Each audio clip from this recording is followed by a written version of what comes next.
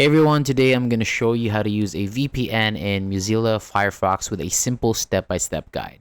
So first, I want you to open your laptop or computer and make sure everything is working properly. And once your device is ready, launch Mozilla Firefox and wait for the browser to open completely.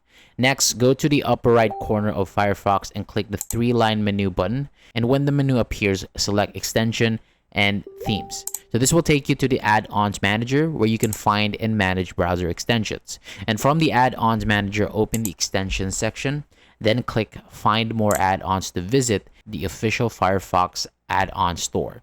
After the page finishes loading, click the search bar, type VPN, and press enter. You will now see different VPN extensions available for Firefox. And before choosing one, check its ratings, reviews, descriptions, and other details. This can help you select a trusted option that fits your needs. And once you have chosen an extension, click it to open its information page.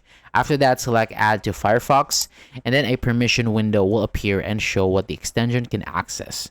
Then read the permissions carefully. And when you are ready, click Add to install it.